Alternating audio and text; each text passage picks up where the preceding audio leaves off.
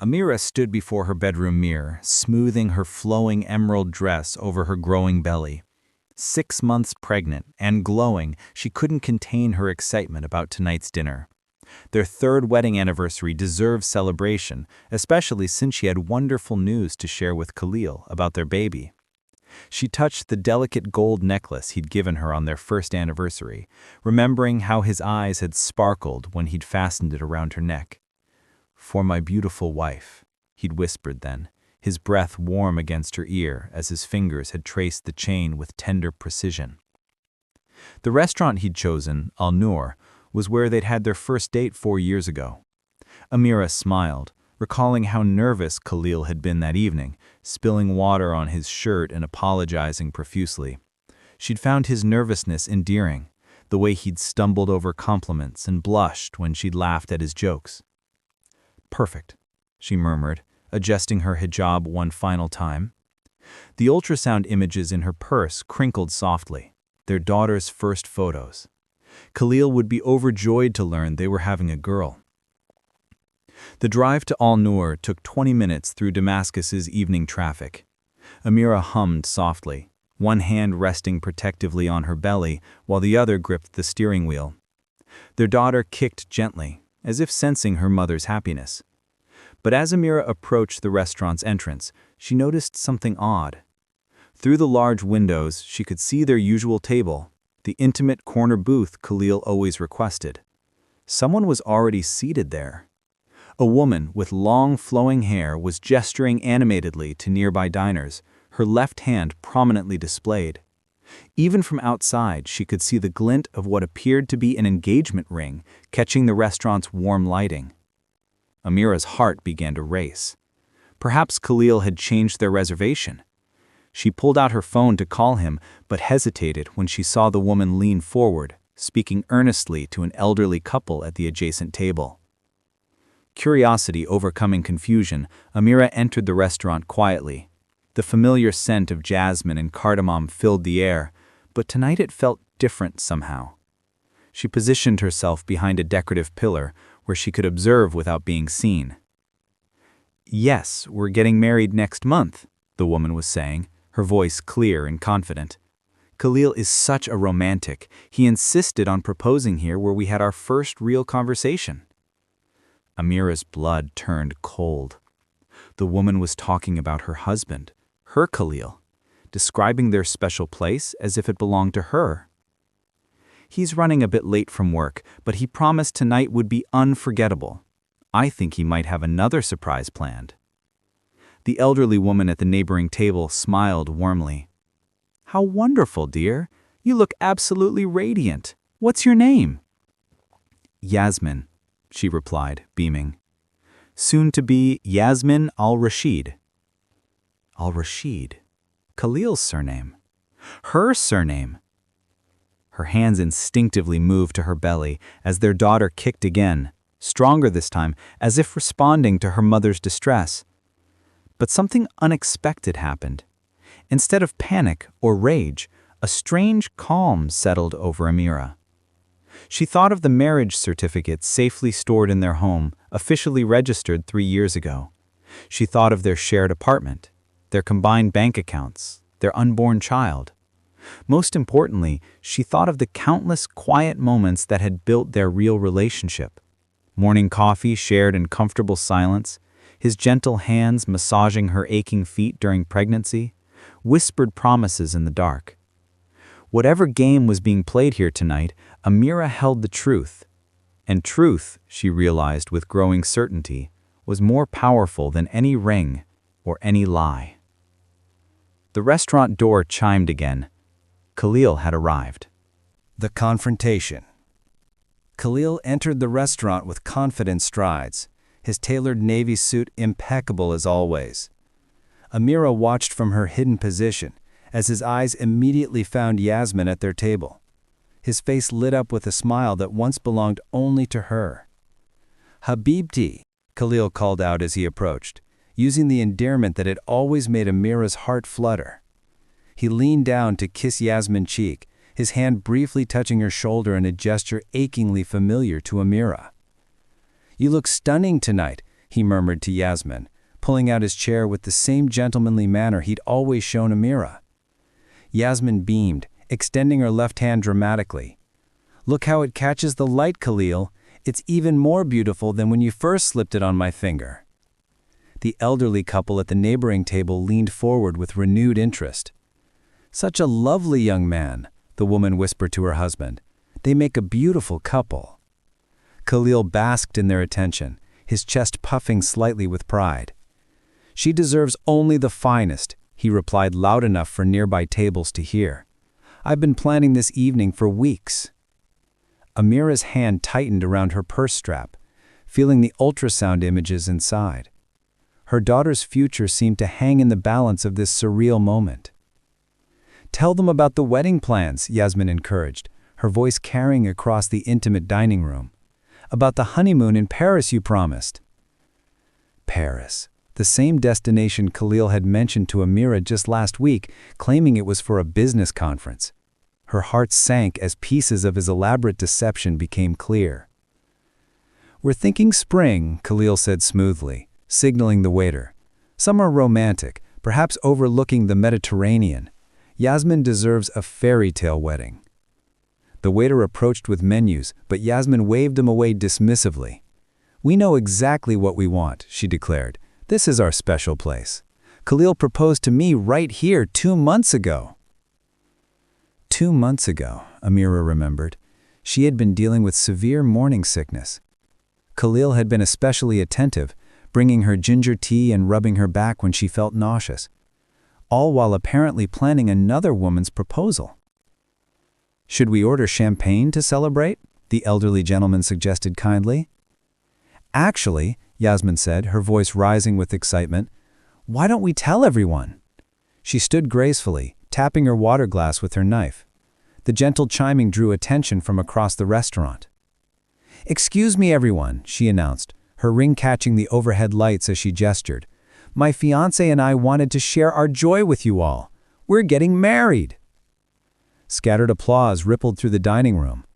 Amira watched in stunned silence as strangers congratulated the couple, offering warm wishes and sharing their own romantic stories. "How long have you two been together?" called out a young woman from across the room. 2 wonderful years, Yasmin replied without hesitation. "Khalil swept me off my feet the moment we met." 2 years. Amira calculated quickly. That would mean their affair had started just 1 year into her marriage with Khalil, around the time they had been trying to conceive. "And when's the big day?" another diner inquired. Khalil stood beside Yasmin, his arms sliding around her waist possessively. "Soon," he said with a mysterious smile. "Very soon. Some things are worth waiting for, but not worth waiting too long." The crowd murmured appreciatively at his romantic words. Yasmin gazed up at him adoringly, completely convinced of her place in his life. "You know," she said, turning back to their impromptu audience, "I never believed in soulmates until I met Khalil. He makes me feel like I'm the only woman in the world." The irony of those words struck Amira like a physical blow. She pressed her back against the pillar, her breathing becoming shallow as their daughter moved restlessly within her. But as she watched Khalil accept congratulations from strangers, accepting praise for a love built on lies, something crystallized within her. She reached into her purse, her fingers finding not just the ultrasound images, but something else entirely, something far more powerful than any ring could ever be. The revelation.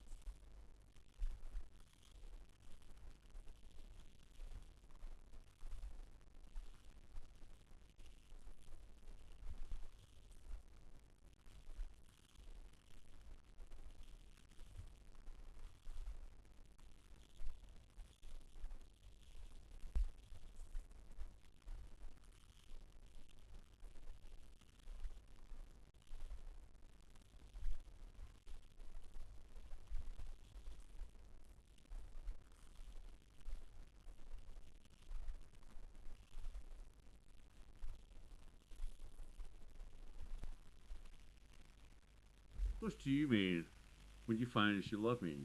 How can you sweet see one for me and one newish pyramid? But briefcase. Nothing was arranged. You're absolutely unreasonable. The awakening. Yasmin stood slowly, her dignity intact despite the devastating revelation. She looked at the ring lying next to the marriage certificate, then at Khalil's ashen face, and finally at Amira's calm presence. "Thank you," she said quietly to Amira, her voice steady despite the tears gathering in her eyes, "for showing me the truth before I wasted any more of my life." Without another glance at Khalil, she gathered her purse and walked toward the restaurant entrance, her head held high. The other diners watched her leave with obvious sympathy, some whispering among themselves about the courage it took to walk away with such grace. The elderly couple who had been celebrating with them moments earlier now looked deeply uncomfortable. The woman shook her head disapprovingly at Khalil before helping her husband from his chair.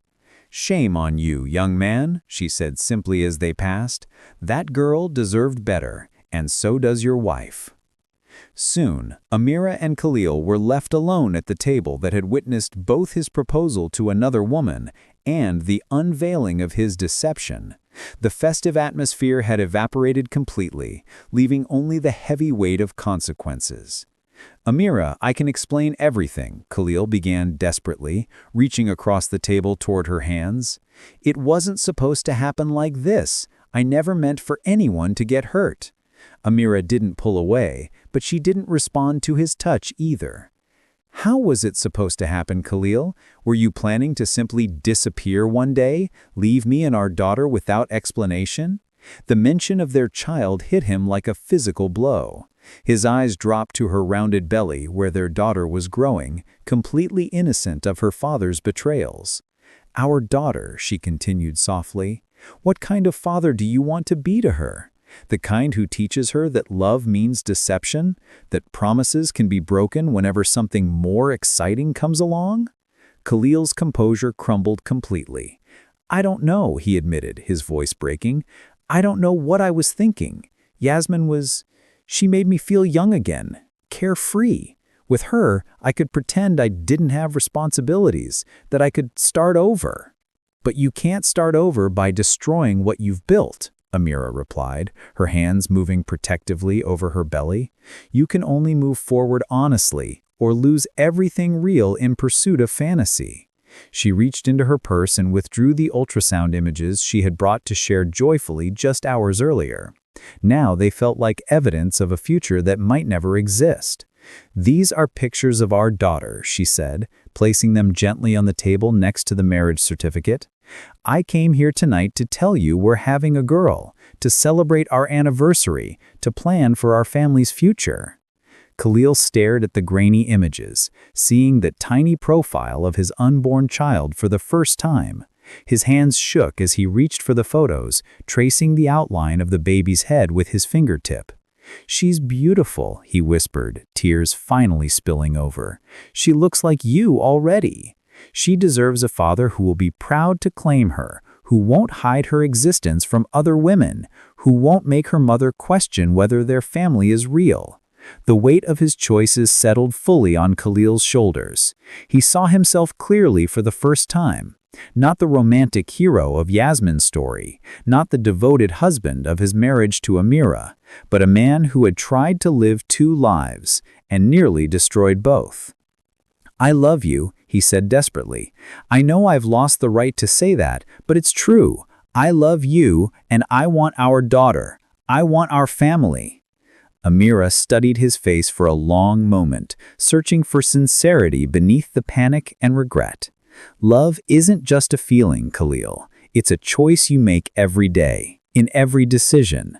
Tonight, I saw what choices you've been making."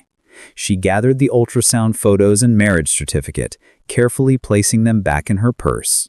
"I need time to think about what's best for our daughter.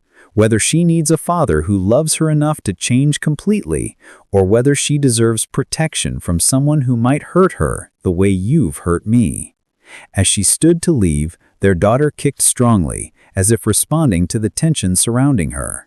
Amira paused, one hand on her belly. "If you want to be part of our lives," she said without looking back at him, "you'll need to prove that you can choose us every single day, not just when it's convenient, not just when there aren't other options, every day." She walked toward the exit, leaving Khalil alone at the table with the weight of his shattered deceptions and an uncertain future stretching before him. The Redemption. 8 months later, soft morning light filtered through the nursery windows as Amira gently rocked their daughter, Moore, whose name meant light. The baby's tiny fingers wrapped around Amira's thumb as she hummed a lullaby her own mother had sung to her. A gentle knock interrupted the peaceful moment. "Come in," Amira called softly. Khalil entered, carrying a steaming cup of ginger tea, the same remedy he had brought her during her morning sickness, but now offered with a humility that hadn't existed before. His appearance had changed over these months. Gone was the polished confidence, replaced by something more genuine and worn by honest self-reflection. "How'd she sleep?" he asked quietly, setting the tea on the small table beside her chair. He kept his distance, still earning back the right to casual intimacy. "She woke twice, but settled quickly," Amir replied, studying his face. The past months had been a careful dance of rebuilding trust through consistent, small actions, rather than grand gestures. After that devastating night at Al-Noor, Khalil had spent 3 weeks in a small apartment across town, giving Amira space to process while attending counseling sessions he arranged for himself. He hadn't pushed for forgiveness or made promises about changing. Instead, he had simply begun changing. Every morning, he left fresh flowers outside her door with a handwritten note sharing one honest thought about his previous day. Every evening, he sent a single text asking if she needed anything, never pushing when she didn't respond. When she went into labor, he waited in the hospital corridor until she specifically asked for him.